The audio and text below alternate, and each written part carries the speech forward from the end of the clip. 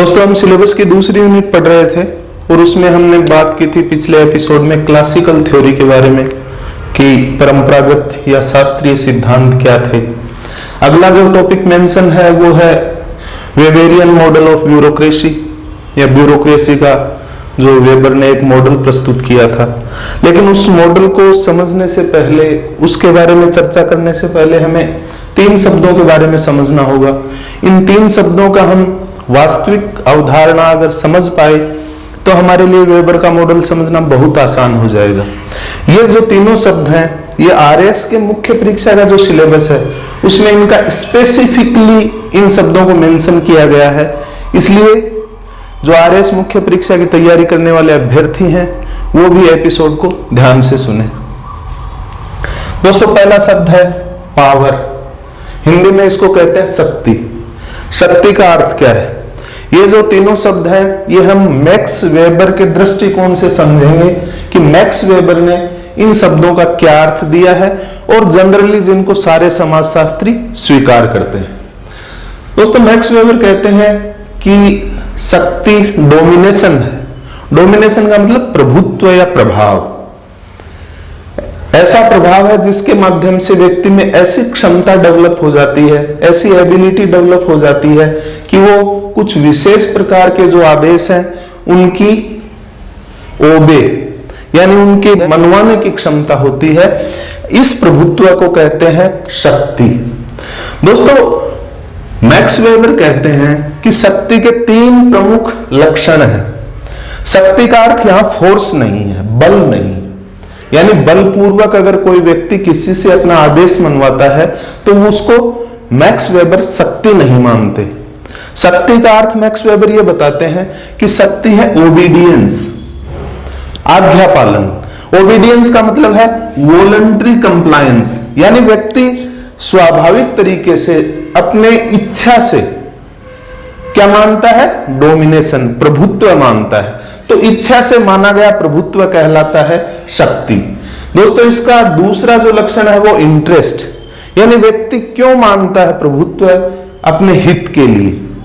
वो max weber कहते हैं कि कोई व्यक्ति किसी दूसरे व्यक्ति का प्रभुत्व स्वीकार करता है, उसके पीछे प्रमुख रूप से तीन कारण होते हैं। पहला है वॉलंटरी, तीन लक्षण होते हैं। पहला है वॉलंटरी कंप्लायंस, दूसरा है स्वहित की भावना और तीसरा बिलीफ। बिलीफ का मतलब उसे लगता है कि इस कमांड को मानना, इस डोमिनेशन को मानना मेरे लिए डिजायरेबल है। जैसे आप किसी टेंपल में जाते हैं या किसी मस्जिद में जाते हैं तो वहां जो भी पुजारी या वहां का जो मौलवी जो आपको कहता है उसके अनुरूप आप व्यवहार करते हैं, मतलब उसका डोमिनेशन एक्सेप्ट करते हैं। क्यों करते हैं? दूसरा कारण या दूसरा जो प्रमुख पहलू है वो इंटरेस्ट। आपको लगता है कि मैं इस मंदिर या मस्जिद में आया हूं तो हो सकता है कि मैं इस पुजारी के अगर इसका डोमिनेशन मानूंगा तो हो सकता है मुझे कोई भविष्य में प्रतिफल मिल जाए। तीसरा उसका बिलीफ। बिलीफ का मतलब है कि बिलीफ ऐसी चीज को कहते हैं जो लॉन्ग टाइम से एक विशेष प्रतिमान या मानक स्थापित हो जाता है, जिसको समाज स्वाभाविक रूप से स्वीकार करता है, उसे कहते हैं बिलीफ। व्यक्ति का डोमिनेशन अगर लॉन्ग टाइम तक एग्जिस्ट कर जाए तो ये कन्वेंशन बन जाती है। कन्वेंशन का अर्थ हम प्रथा भी कह सकते हैं। तो दोस्तों, हम समझने की कोशिश कर रहे हैं शक्ति। शक्ति को मैक्स वेबर परिभाषित करते हैं प्रभुत्व के रूप में, और इस प्रभुत्व के वो तीन लक्षण मानते हैं। पहला है ओबीडियंस, दूसरा इंटरेस्ट और तीसरा बिलीफ। दोस्तों, मैक्स वेबर शक्ति को बल से पृथक करते हैं। बल क्षणिक होता है और शक्ति लॉन्ग टाइम तक काम करती है, यानी डोमिनेशन लंबे समय तक बरकरार रहता है। दोस्तों, दूसरा शब्द जो है वो है लेजिटिमेसी या वैधता। वैधता क्या है? किसी भी चीज की एक्सेप्टेंस, स्वीकार्यता। अगर हम शक्ति के संदर्भ में बात करें तो शक्ति की स्वीकार्यता, उसकी रिकॉग्निशन, उसकी डिजायरेबिलिटी में विश्वास कि ये उपयोगी है और वो बियरेबल हो, यानी जो जिसको सहन किया जा सके।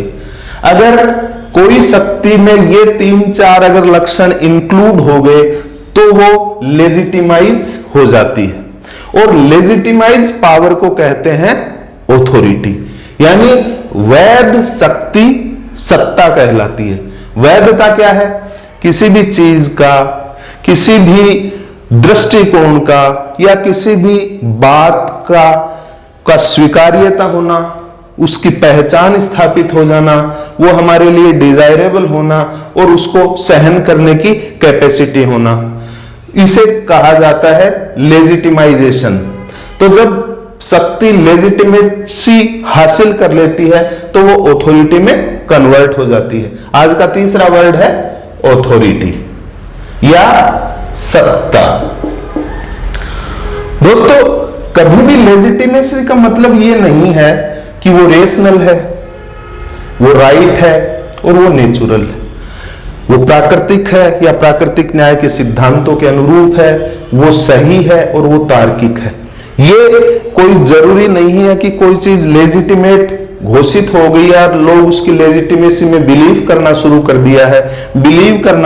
दिया है तो उसमें ये 3 लक्षण अनिवार्यतः पाए जाएंगे, ऐसा नहीं है। तो दोस्तों, तीसरा जो शब्द है या जो तीसरी अवधारणा है वो है ऑथोरिटी।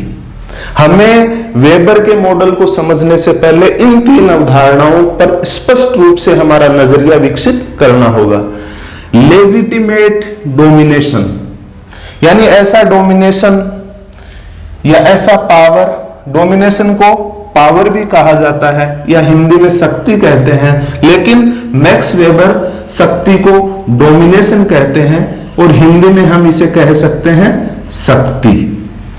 शक्ति या डोमिनेशन जब एक्सेप्टेबल हो जाए, उसको रिकॉग्निशन मिल जाए, वो डिजायरेबल समझा जाने लग जाए और वो बियरेबल हो, तो वो डोमिनेशन बन जाता है ऑथोरिटी। तो ये ऑथोरिटी कैसे हासिल कर लेता है डोमिनेशन? पहले डोमिनेशन था और उसने कुछ विशिष्ट कारणों से ये डोमिनेशन ऑथोरिटी में कन्वर्ट हो जाता है। इस कन्वर्ट होने के पीछे 3 मूलभूत कारक मानते हैं मैक्स वेबर। पहला कहते हैं ट्रेडिशन। ट्रेडिशन का मतलब है परंपरा, हिंदी में कहते हैं परंपरा।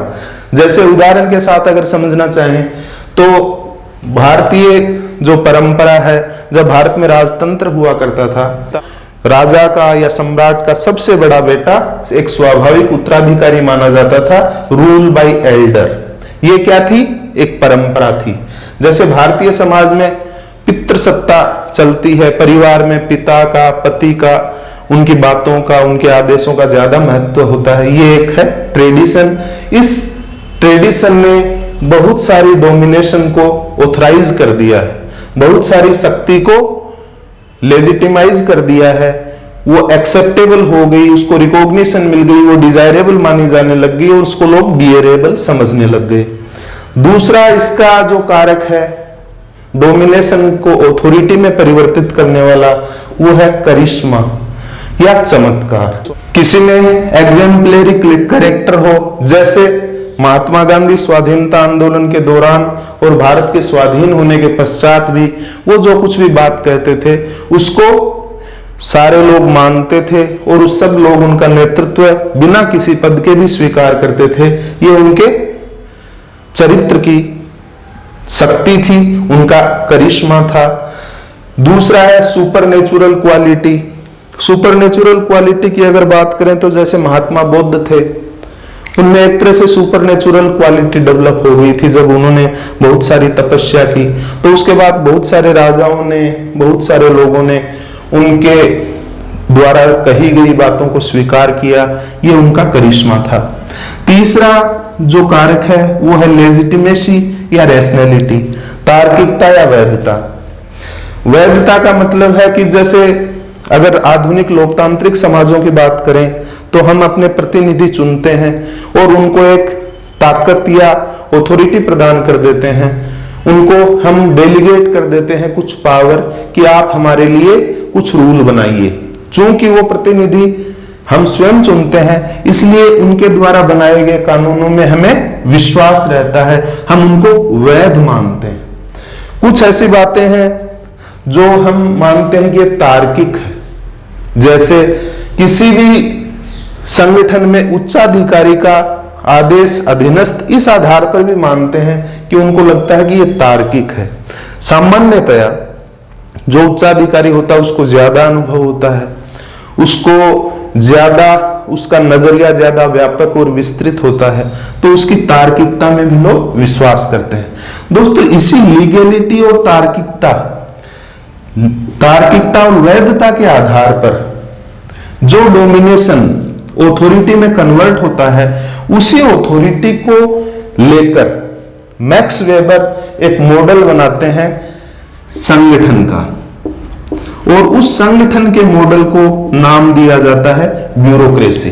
दोस्तों, ब्यूरोक्रेसी एक मॉडल है, एक स्टडी के निष्कर्ष द्वारा, उनके निष्कर्षों के माध्यम से उन्होंने संगठन की एक संरचना प्रस्तुत की कि संगठन कैसा हो और उसकी प्रक्रियाएं किस तरीके से हो, संगठन के विभिन्न स्तरों के बीच में आपस में कैसे कम्युनिकेशन हो, इसका उन्होंने एक मॉडल या प्रतिमान विकसित किया जिसे कहते हैं नौकरशाही।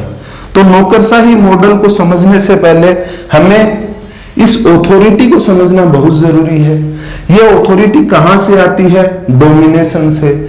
जब पावर अथवा डोमिनेशन लेजिटिमाइज हो जाता है तो वो ऑथोरिटी में कन्वर्ट हो जाता है। ये ऑथोरिटी में कन्वर्ट होने के पीछे 3 कारक हैं। पहला परंपरा, दूसरा है करिश्मा और तीसरा वैधता और तार्किकता।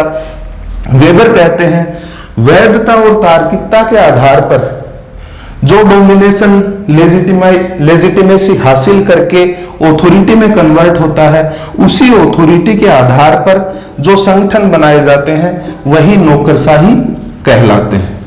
तो दोस्तों, आशा है आपको अच्छा लगा होगा। अगले एपिसोड में मिलते हैं। धन्यवाद, नमस्कार।